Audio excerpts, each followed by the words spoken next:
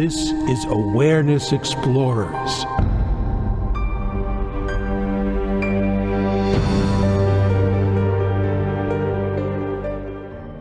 Welcome back, fellow explorers of the inner realms. This is Jonathan Robinson on Awareness Explorers, and I'm with my trusty co-host, BrianTomO'Connor. And the subject of today is qualities of awakening. And Brian and I discussed this a little bit before the recording started, and it's a fascinating topic. I think you'll learn a lot and hopefully get some practical tools as well. So the way I like to start this often is by asking Brian what the thing that shows up on the top of his head when we mention a topic, and this topic is qualities of awakening. So what was your first reaction when we started to think about this? My first reaction was that it's filled with a double paradox, because pure awareness has no qualities of itself. And we are not our individual bodies and minds, we are pure awareness. The paradox is that even though there are no qualities in awareness itself, when we touch it, when we reach it, when we know ourselves as pure awareness, that sort of qualitylessness, that sort of total allowing, that sort of unconditional love somehow flavors our individual experience. So it really is a paradox. Awareness itself has no qualities, and yet when we touch it, we're filled with its qualities of love and joy and peace. Yeah, that is strange. And, if you step back, you wonder why that's the case. I mean, it could be that, as you align yourself with awareness, as you experience yourself as pure awareness more, that you would, become more humorous, or you would become meaner, or you'd become, something. But it does seem that it's that vibration, we'll call it, does infuse yourself with love and peace and kindness and compassion. And that has often made me think that there's some kind of higher intelligence, we'll call it God, for lack of a better term, that is behind this all, because I think of love as maybe the closest thing us mortal humans experience as a higher power or God. So I know that you're a little bit more agnostic than I. So what do you think of my theory? I think that it can be explained without recourse to higher intelligence, although it really depends on how you define higher intelligence. I mean, if we all know that God is actually a man with a beard in the sky. So that's the working definition that we will throw out. Right.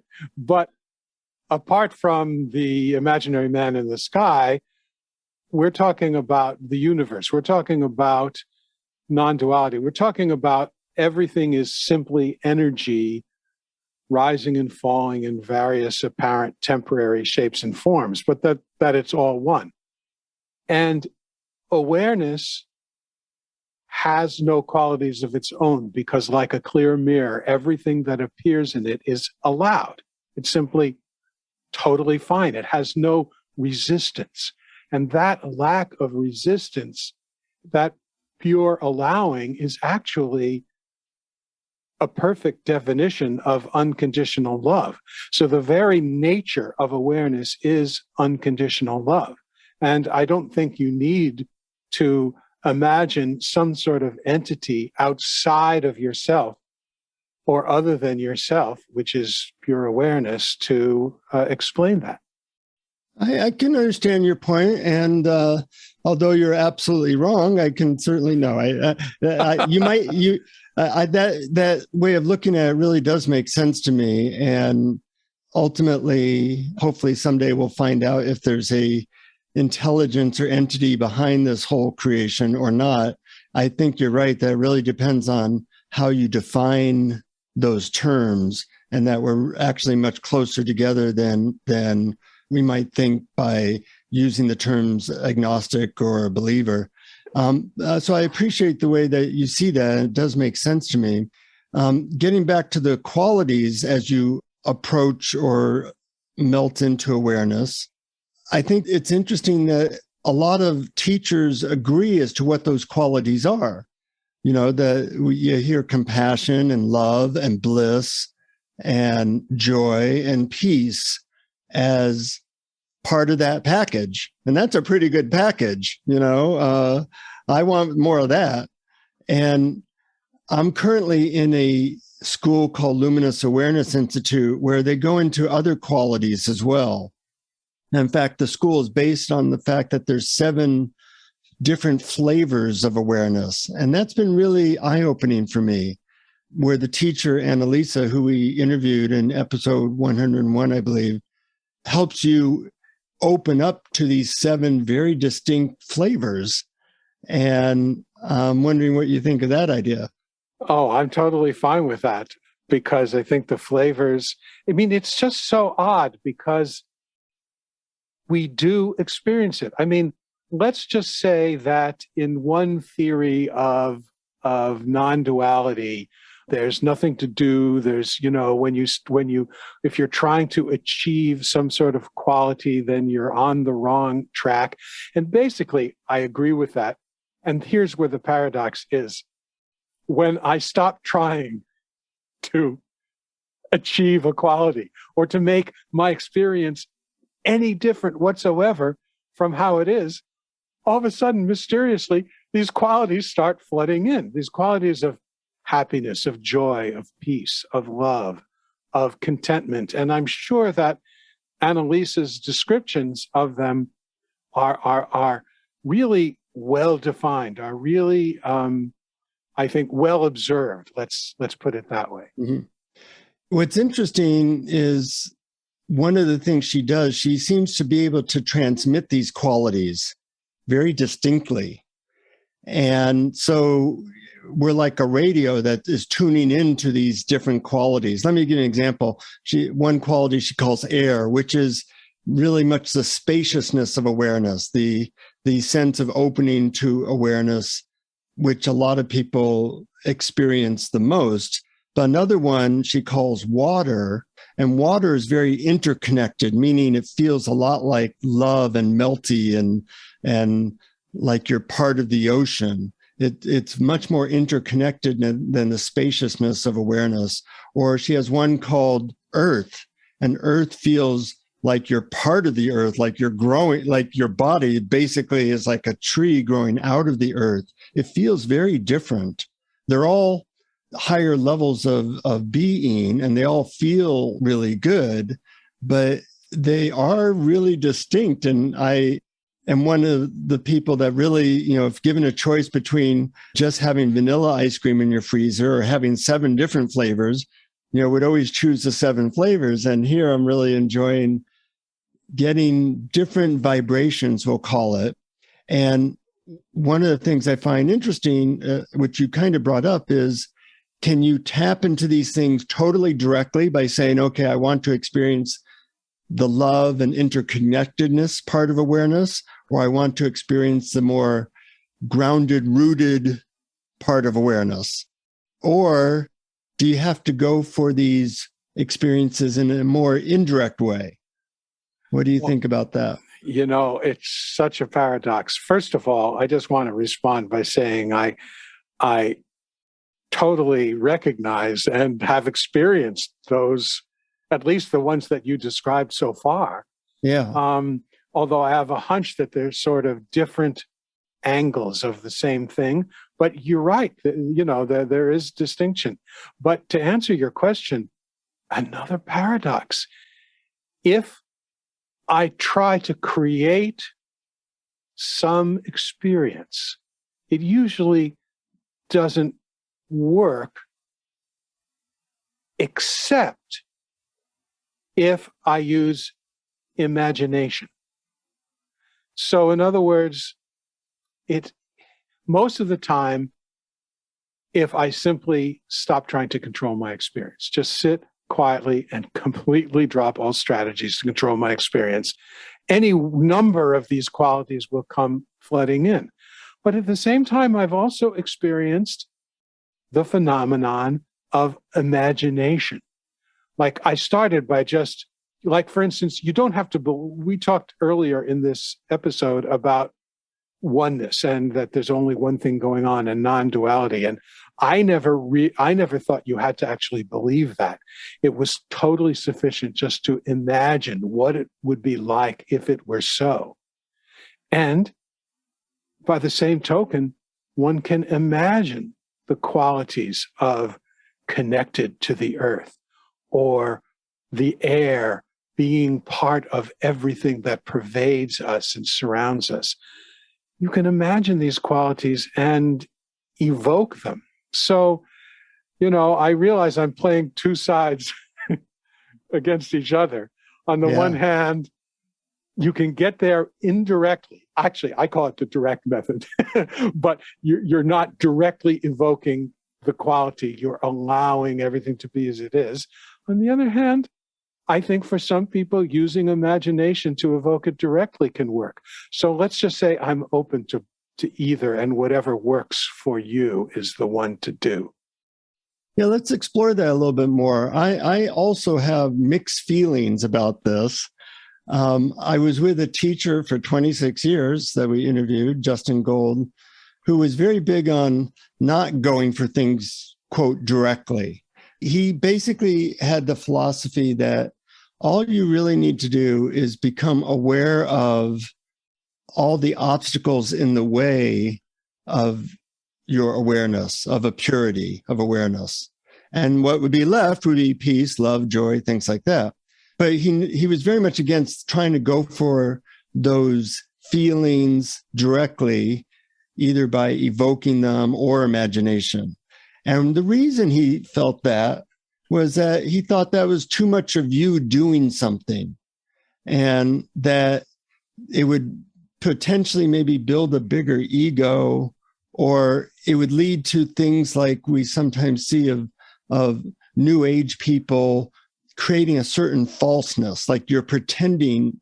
Ram Dass used to call it phony holy, where you're very nice and sweet, and you have incense and nice fabric on the wall, and you play Rumi in the background and the whole thing. But the moment, something stressful happens in your life, you're a mess because you haven't really developed the quality within yourself, or you haven't gotten rid of the obstacles. What you've done is you've created a really nice environment. And the environment, a nice environment, can fool you into thinking that you have peace when you don't have peace at all. What you have is a nice environment. Yes, exactly. Well, I tend to lean towards Justin's point of view here. I just was trying to leave open the possibility that for some people, going there directly through evoking it through imagination might be fruitful. But basically, for me, from my own firsthand experience, it is dropping any strategy to change my experience whatsoever, paradoxically, changes my experience to one of love and peace and joy. Yeah. And as we've often said, I think it's very hard to make any rules on the spiritual path because people are different and you're at different stages and you need different things at different times. So now I will argue why imagination and evoking things directly is such a good idea. Okay. I found personally the call surrendering to what is and working on obstacles had slower results for me than being able to tune into higher states more directly, whether they be through imagination or other techniques. Like we interviewed Sanjay a while back, and he has a technique which is basically goes something like this. I can't feel peace because, and then you complete that sentence 10 times. So you're like aware of what is in your subconscious that keeps you away from peace. And then you say, if I could feel peace, I'd feel, and then you kind of imagine how you would feel if these obstacles weren't in the way. And that technique worked for me. I would, feel really high very quickly. And Elisa's tuning into these vibrations very directly has worked well for me. Meditating on love has worked really well for me. Now, the danger is that all my neuroses are not necessarily being worked on because I'm tuning into higher states very directly. And I can fool myself to think, oh, well, things are great when maybe the obstacles in my way are not getting peeled away very quickly. But for me, I use both wings of the plane, the direct and indirect way. But I'd have to say that I probably get better results by trying to open myself to higher vibrations in a very direct manner. Yes, I can see how that could be. I think that the other method that you talked about, though, might not work quite as well for you because of the emphasis on obstacles. Mm-hmm. I mean, I understand in theory the thing about obstacles, but it focuses too much attention on the person, the personality, etc. And I think that really gets in the way. But it's very subtle. It's the same thing as trying to stop the strategies you have to change your experience. I mean, you could say that those are the same, but in one, you're focusing on what you're doing wrong, and the other, you're dropping all concepts, you're dropping all ideas, you're dropping all effort, you are dropping all intentions, and you are simply allowing it, because we're talking about our true nature. We're talking about what is there behind the mind, and the mind veils it. So whichever strategy you use, don't let the mind get in the way. And when the mind gets out of the way, our true nature of love and happiness reveals itself. Mm-hmm. Yeah. There's old statement that what you focus on grows. So if you're focusing too much on obstacles, then you got to be careful that you're not planting those seeds in the process. Yeah. Yeah. And unfortunately, we live in a society in which we are steeped in certain qualities. So if you are not, say, opening to some spiritual qualities through some approach or some method, you kind of are probably drowning in these other qualities, which we take as being personal, but they're really impersonal, and different societies have different qualities. Like, both of us live in the United States, and if you're breathing air in the United States now, you are infected with the quality of polarization. There's just no getting around it. You're infected with the need to succeed, and you're infected with a lot of intellectual mind stuff. And that's who we become, because we are a part of our culture, or as I say, culture. And what I've seen in traveling is that certain other cultures have very different qualities that they value, that they create. And, it came out recently, the former prime minister of Japan was assassinated. And, the country was just shocked because there's no guns in Japan. We have 400 million guns in the United States. We have more than one gun. We have more than 2 guns for every adult in the United States, whereas Japan has like 7 guns in the entire country. It's a very different culture. There's a very different, as Dave Barry once said, because Japan has a somewhat conforming culture, it would be easier to get the entire city of Tokyo wearing the same outfit than it would be to get 2 randomly selected Americans to agree on pizza toppings. Dave Barry is a funny guy. Yeah, that's great. But it's true that culture can emphasize certain qualities, and practically always these are qualities of control. In other words, one of the reasons to have a culture is to get people to behave in certain ways. And we're not talking about those kinds of qualities.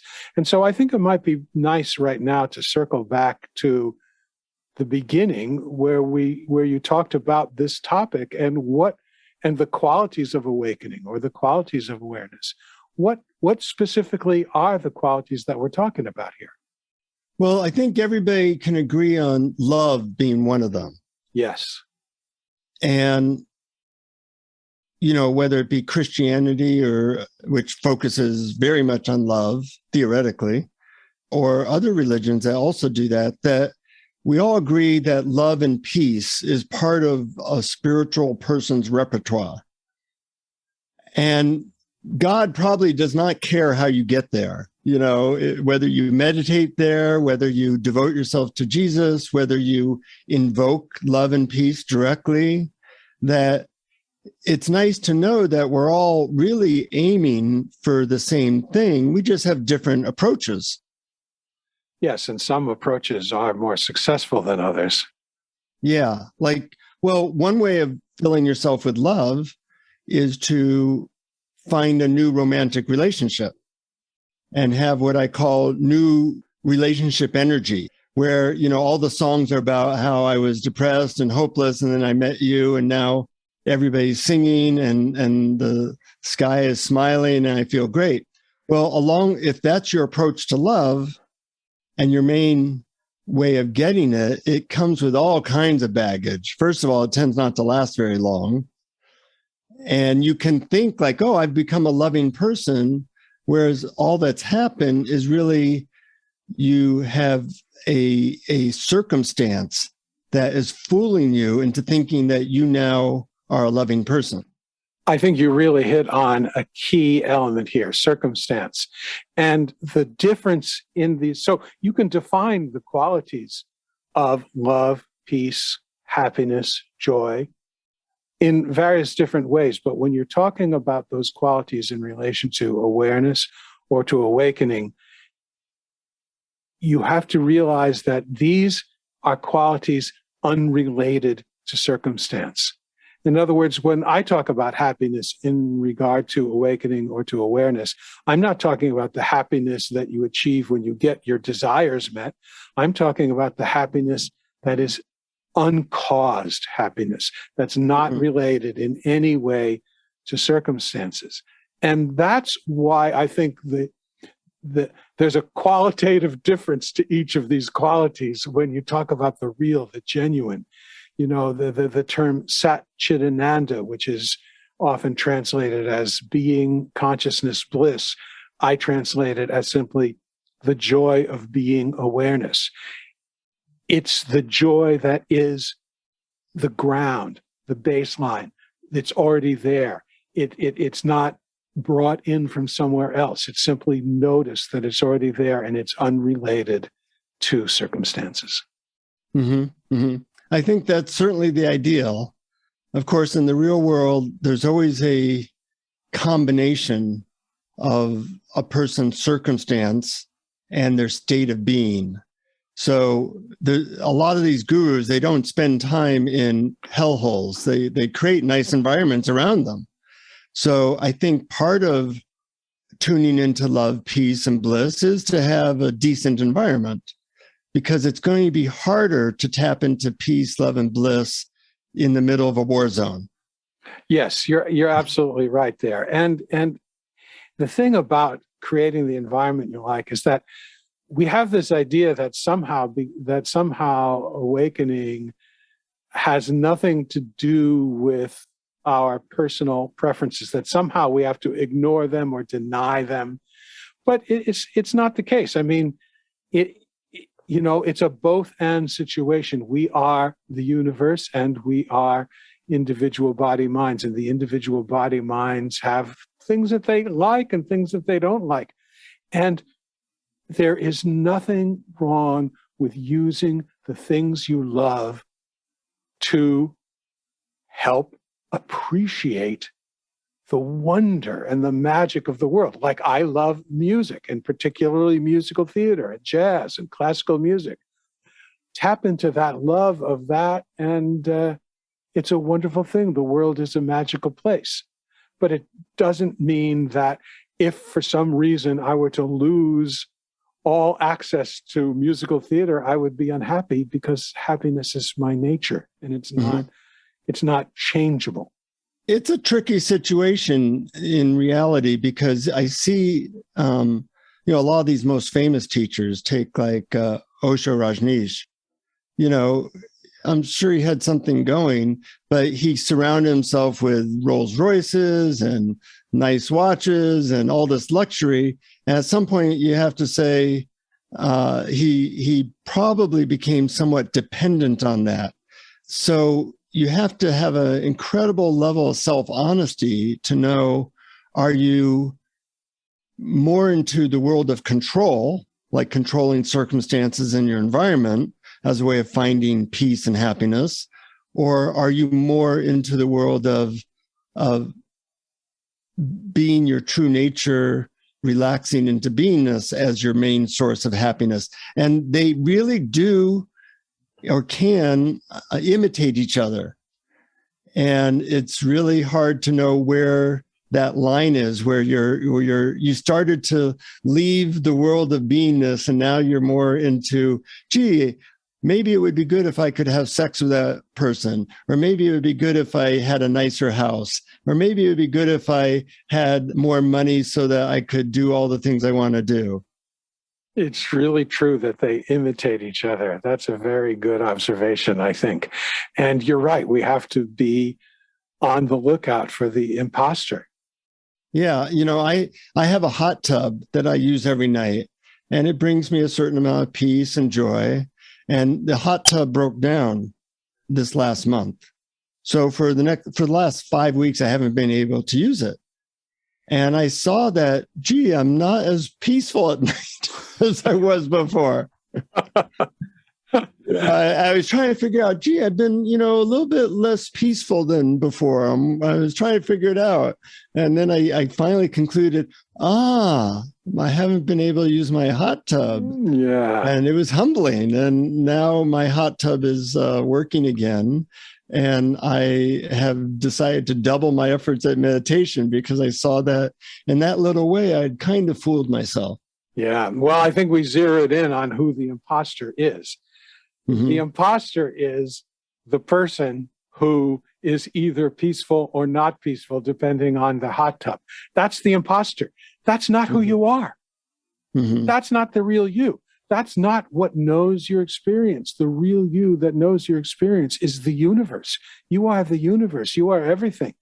And when we are focused on whether or not the individual body mind does this or that, or has this habit or that habit, or blah, blah, blah, we're giving energy to the imposter.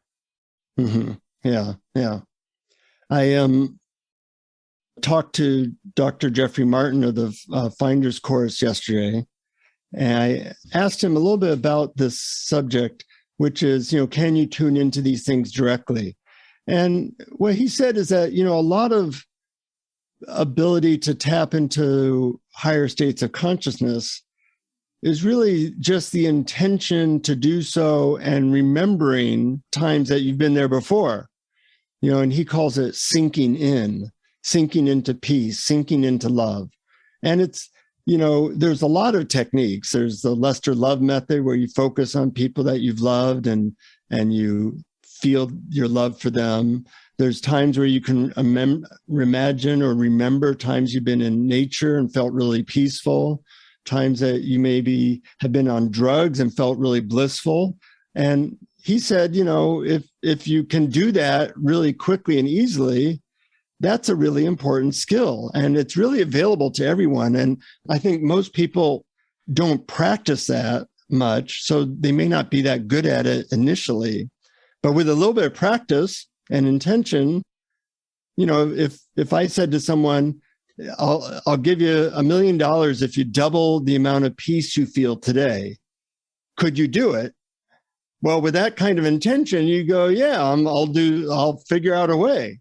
And it's really not that hard. It's really a matter of clarity of intention and trying to remember times you felt that and letting go into that vibration. It need not be any more difficult than that. Yeah, it seems to be true, although I do have some experience that would contradict that. But for instance, last episode, we talked to Jim Drever, and he talked about one thing that he thought was necessary was an urgency. Mm-hmm. He wanted to find out who he was, his true nature, and who is it that's depressed or whatever. But my own experience is the opposite of that. My first awakening experience happened when I was listening to Gangaji talk about her teacher, Papaji, who asked the question, what if you had no intention? Mm-hmm. And I just, something softened, something relaxed, some controlling element in me dissolved for a moment, and I stopped having any intention whatsoever, and I just started to laugh, this sort of joyous thing, and so that was really my first taste of what I would call happiness for no reason. Mm-hmm. Well, it just shows that really it's different things for different people at different times, and your mission, should you decide to accept it, is to find out what currently works for you. And I totally understand that the no intention method, and I've used it and it's been great. And now I'm having better luck with other approaches, but it's really a matter of seeing what is alive for you at this point in your journey. And one of the things that I think we've done on this podcast is give people a lot of options, a lot of ideas, so that they can experiment for themselves. Well, I think that's really important because both of us have done that here. We've talked about what our experience is, what has worked for us and what has not worked for us. And when I talk about what works for me, you're right. I'm not trying to say this is going to work for you.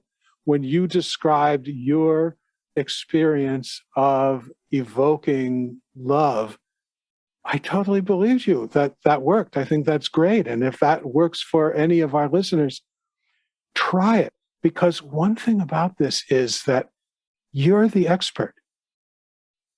Yeah, you're the expert on what works for you, not some guru, not Jonathan, not Brian, not Adyashanti. In fact, Adyashanti is the first person who would say, it's you. You're the expert. Mm-hmm. What works for you? And one of the things I like to do is ask experts. That's why I interviewed 100 spiritual teachers. And, I talk about that in my latest book, The Enlightenment Project. And going up to experts, and it doesn't need to be a spiritual teacher. I have a really good friend who is very joyous. And so I've asked her, like, how do you tap into joy? And what do you do to deepen it? And what gets in the way? And she had really good answers. And it helped me to experience more joy. Just even talking about joy can help you to experience more joy. But she had some very subtle strategies that once she enunciated them to me, it helped me. Like one of the things she said is when she starts to feel joy, she'd notice that there'd be a counter part of her that would close down. And she realized that part didn't need to be there because joy is totally safe. Why would I want to fear joy? And I noticed that in myself as well. So now I can more easily tap into joy. And when the fear comes up, I go, oh, I don't need you. It's okay to feel joy. So little things like that can make a big difference. In fact, for our Patreon supporters, I'm going to be doing a blog on what she told me, and we'll share it with our Patreon supporters, as we often do, share extra excerpts from our interviews or extra blogs about certain methods. So thank you, Patreon supporters, and feel free to, for as little as $1 a month, join our Patreon supporters, where we like to give you extra stuff and treat you really well. But I think you probably also have that experience, Brian, of when you find somebody who has something that you're lacking, that you get curious about it and you wonder, how can I have more of that? It's true that I do get very curious and I do wonder, how can I have more of that? But what I learned over and over again was that attempt to try and get something I don't have failed. But that was always, in practically every case, the wrong approach. Aha, for you. Yeah. Okay. For me, okay. it was noticing what's already there. Mm-hmm. Mm-hmm. That love is my true nature. And it's just simply covered up. It's just moving the stuff that's in the way aside and seeing what's there. And the stuff that's in the way are thoughts about the past and thoughts about the future. It's mind stuff. Yeah. And it can sound like you and I are using different approaches, but in reality, they kind of come together. Because like if I'm focusing on love or joy, in that moment, I'm very present. You know, I'm giving up doing something or thinking about something else. It's just like love or joy is my doorway to presence.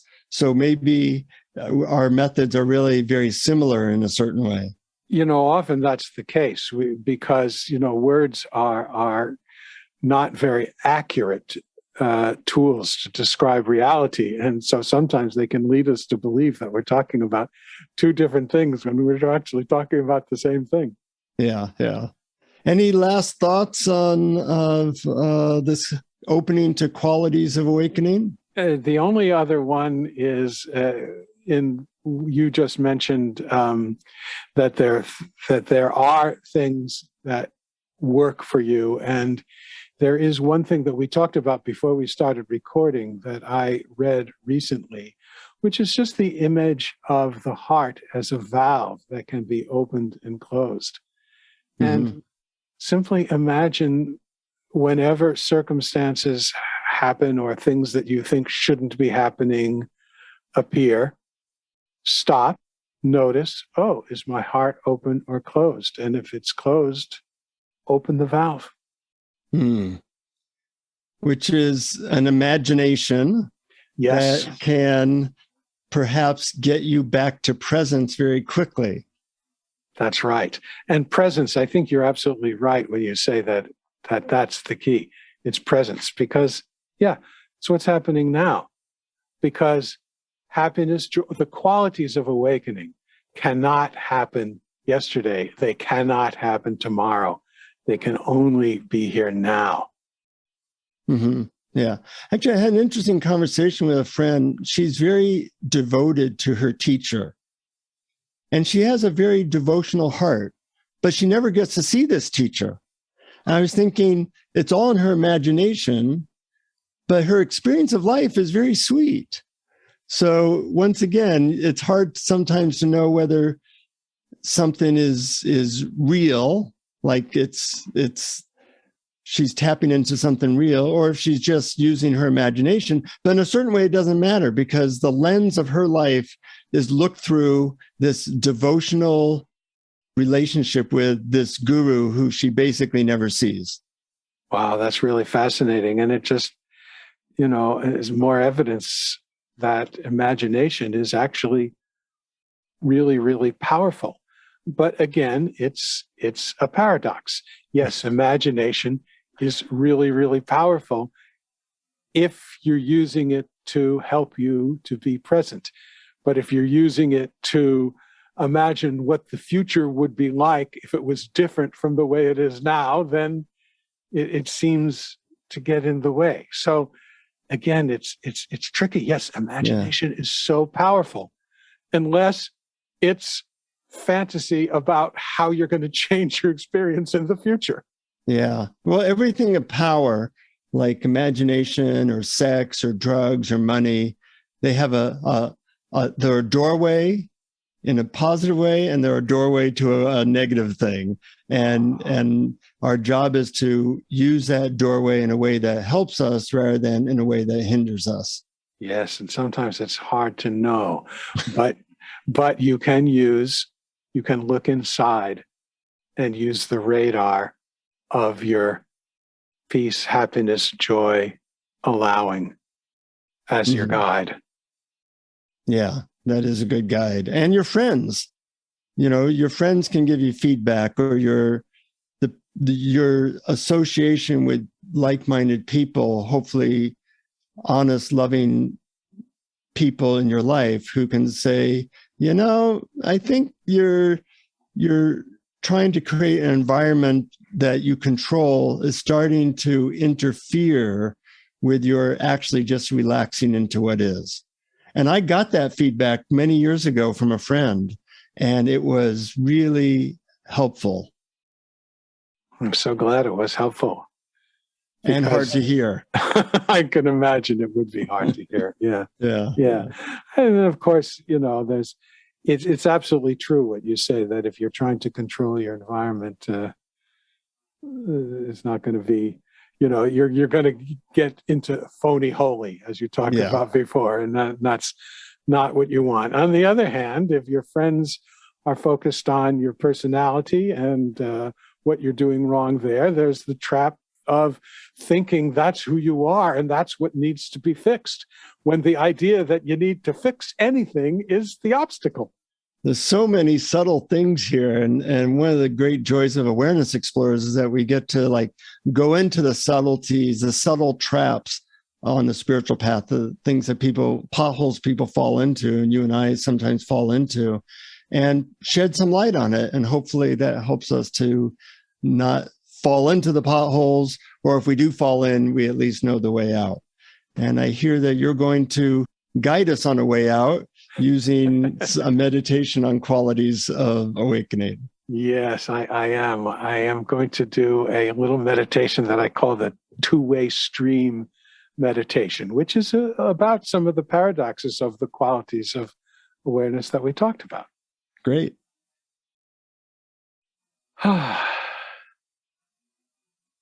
So first, close your eyes, if it's safe to do so, and take a nice, easy, deep breath and relax.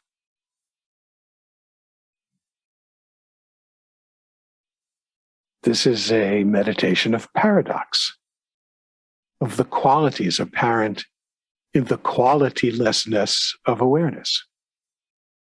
The mind can't really grasp this intellectually, but it can be experienced. So as you relax, drop all attempts to understand this with a logical mind, and instead look within and see if you can look from the witness of experience. That is, from and as awareness itself. Because anything with qualities is something that appears in awareness. Awareness itself has no qualities. All qualities are experiences, and all experiences appear in that which knows all of our experience. That is, pure awareness itself, which is not really a thing. On the other hand, since pure awareness, like a clear mirror, allows all that appears within it to be exactly as it is, and allowing all things to be exactly as they are is unconditional love. Awareness has the flavor of unconditional love. And when we turn our attention within towards pure awareness itself, we connect with this unconditionally loving background of all experience. And when we connect with it, we create a sort of wormhole to the absolute, allowing the love that is its nature to come flowing back into our individual bodies and minds, flooding us with the peace and joy that's unrelated to circumstances. Here's an analogy that may help. Imagine a delta at the mouth of a river where the fresh river water empties into the salty ocean water. Imagine this delta has multiple streams and rivers from various sources, all flowing into the ocean.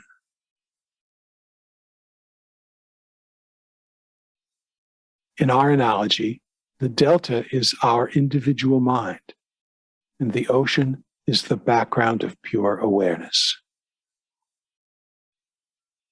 The rivers and streams deposit sediment into the delta on their way to the ocean.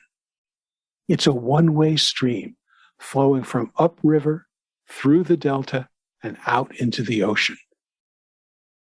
And the delta usually doesn't receive water from the ocean flowing upstream. The delta is like our individual mind. The content flowing from the outside world through our sense perceptions usually only flows one way, from the world, through our minds, and out into the ocean of awareness, leaving sediment in the form of memories. Our minds are only aware of the one-way flow of perceptions and sensations and of the memories that they deposit. But our thoughts and memories are witnessed by awareness itself, apart from our finite minds. This is the ocean of awareness that we all share.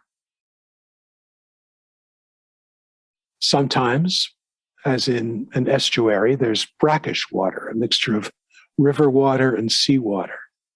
So there's a taste of the sea present in the river mouth, a waft of sea breeze in the air. We can get that taste, that breeze of the ocean of awareness, when we take our focus off the one-way flow of our thoughts and drop back into the pure awareness that receives it all. We can create a two-way flow between the delta of our individual minds and the ocean of universal awareness.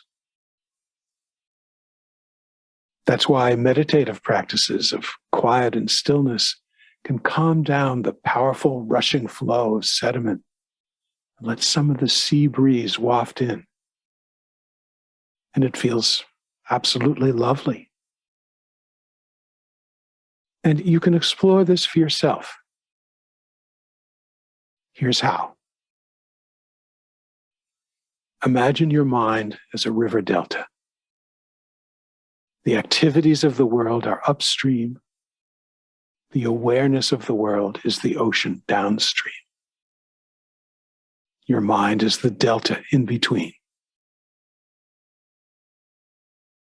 Imagine the input from the world, the sights, the sounds, sensations, smells, tastes, as a one-way flow through your mind, flowing downriver into the vast awareness in which all thoughts, sensations, and perceptions appear.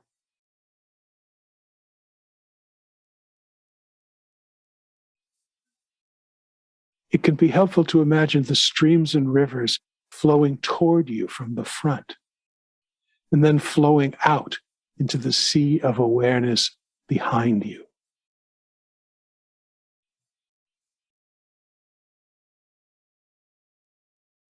As you imagine that flowing stream, see if you can imagine it calming down, and feel yourself gently, quietly, floating down into the ocean of awareness that receives it all. The awareness that you are.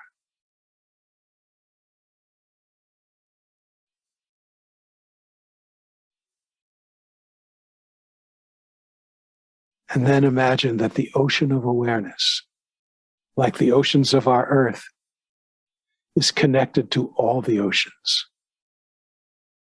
The one interconnected world ocean.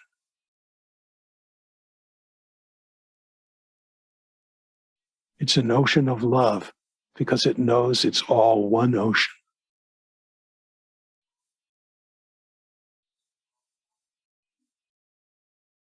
Now imagine that the downstream flow of the river of thought quiets down just enough so that the love inherent in the ocean of universal awareness can flavor the delta of your mind.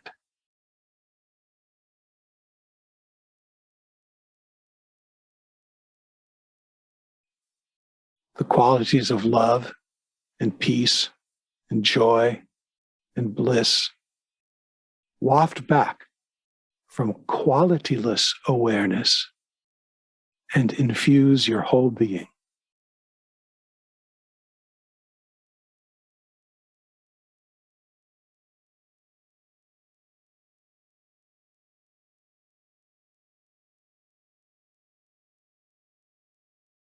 Now, take another nice, easy, deep breath. And at your own pace, open your eyes.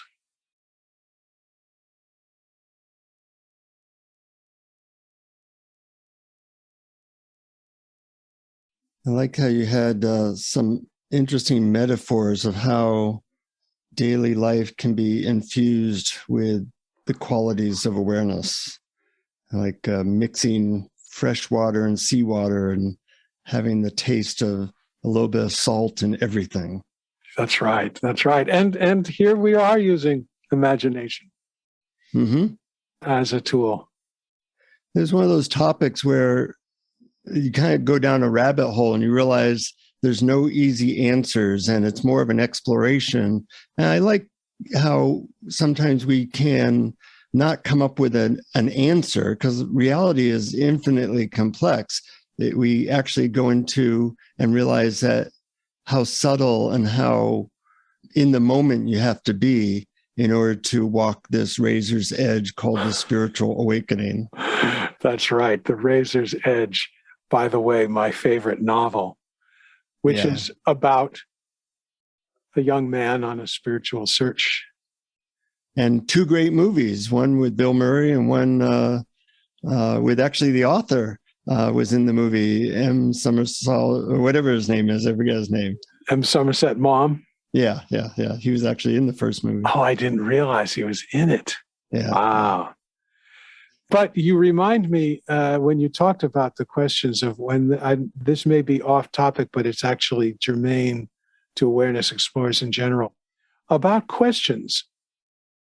The questions that we ask, like, who am I, or what is this me, or what does all my experience appear in, etc.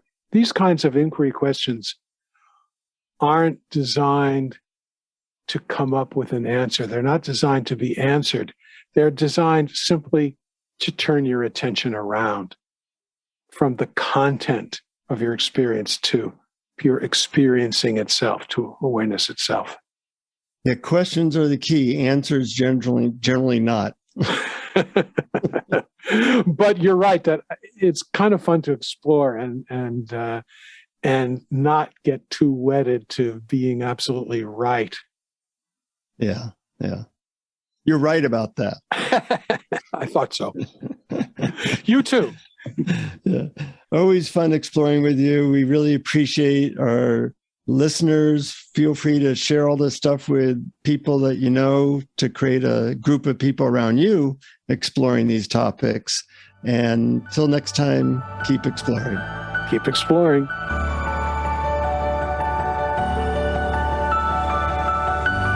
Thank you for listening to Awareness Explorers.